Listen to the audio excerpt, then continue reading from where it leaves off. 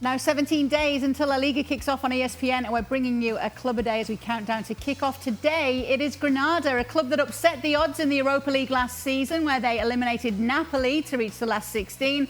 They have gone from the Spanish second division, La Segunda, to European football in the space of 2 years. We've seen them in a Copa del Rey semi-final, and we've also seen them finishing 9th and 7th the season before. So it's been a meteoric rise for Granada.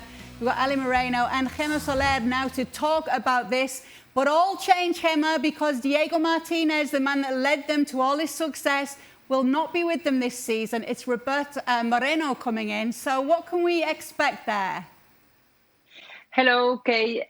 Ali, nice talking to you. It's definitely an exciting season for Granada coming ahead because, of course, they had the best season in their 19 years history. Last season, they managed to play in Europe. And they finished in that last 8 against Man United with quite dignity, also in Old Trafford. So supporters are quite excited. In one side, it's true, they were very sad because in their best season they couldn't attend the stadium, the nuevo Estadio de los Cármenes, but they will be able to do it this season. It's true, Diego Martinez, probably the key of that success, won't be there, probably because he's aware that he cannot do it any better next season. But Roberto Moreno, the former Spanish coach, is starting working already. He's coming, of course, with another chance to demonstrate that he can do it in the elite as a coach. And he has 2 exciting signings, like Carlos Bacca, the Colombian striker, and also Monchu from Girona. He played really well in this team that almost make it to the first division. So it's quite an exciting year for Granada fans, Kate. And a different task for them, Gemma, this year, because obviously we've seen them securing European football the season before. We've seen this rise that's been wonderful for them and unexpected. But this season, is the objective to just stay up? Well, it's consolidate in the first division, in Primera División, because we have to take into account that last year was an absolute dream, their best year ever. They managed to be in Europe with 2 years ago being the 3rd team with the lowest budget in La Liga. Of course, this year will be better because they played in Europe. They have more money. They finished 9th, but they cannot dream with being in Europe again. They want to consolidate. It's only been 3 seasons in a row in the first division now. They want to keep the Diego Martinez style, being very strong at home, trying to make it well also in stadiums like the Camp Nou, like they did last season. And this is probably the most reasonable goal. But as we said, fans are very excited. They have already 10,000 members. They bought the tickets for the whole season at home, and they want to push their team because, of course, it was a pity they couldn't do it last year in that exceptional season. Absolutely. And obviously we've seen veteran forwards in this team. We've seen the likes of Roberto Soldado and Jorge Molina. And as Gemma just mentioned, Ale, Carlos Bacca now signing for them. Does he still have a lot to offer? We've seen him. He's got receipts in La Liga.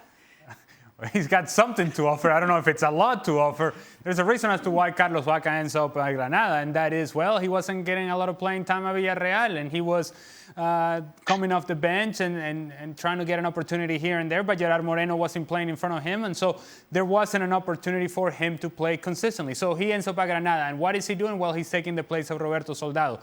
Say what you will about Roberto Soldado, but he was an important part of the success to Granada, not only in scoring goals, but a sense of leadership and a sense of presence. Can Carlos Bacca provide that? Well, you assume he would.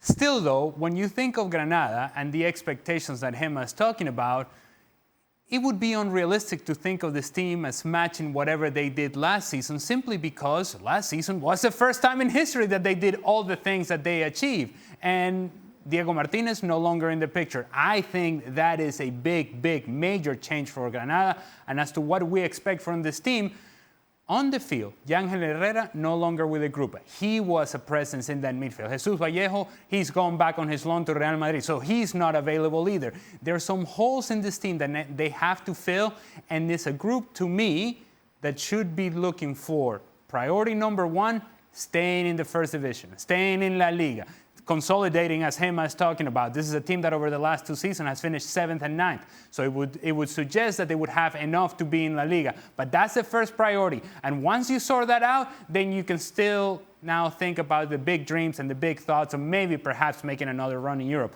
Until then, priority number 1, stay on top, stay in the first division, stay in La Liga. Lastly as well, Gemma, we must mention what a wonderful place Granada is for anybody who is looking to travel there. Once travel restrictions are eased, it's definitely worth it, isn't it? Yeah, I'm going to combine them. I would say it's in my top 5 of Spanish cities, definitely. It's amazing. They have the Sierra Nevada, the mountains, the Alhambra, of course, which is the second most visited monument in Spain, just after La Sagrada Familia. I'm going to combine them. It's the city with more pubs per capita in Europe, also with more university students and Erasmus in Europe. So there is a lot of atmosphere in that city. Is the 4th more touristic city in Spain after Barcelona, Madrid and Sevilla. And last but not least, you can have dinner with only ordering beers. It's like a tradition. You go to a bar, you order a beer, and they give you a very generous tapa, a big tapa. It could be a cooked tapa. It's not like in Madrid, you live there. When you order a beer, maybe you have some olives, some chips. No. In Granada, we're talking about a big, big tapa and delicious tapa. So only ordering a couple of drinks, you can have dinner. Yeah, se come bien in Granada. And it's probably not too expensive either to get the beer that will get that tapa to come with it. So great to hear from you, Gemma. If you are looking to support Granada, we think we've just given you some wonderful reasons to do so. We'll continue with the countdown to La Liga, and tomorrow we'll be focusing on Valencia. Well, thank you very much for watching ESPN on YouTube. For more sports highlights and analysis, be sure to download the ESPN app. And for live streaming, premium content, and let's not forget as well, ESPN FC 7 days a week. Subscribe to ESPN Plus.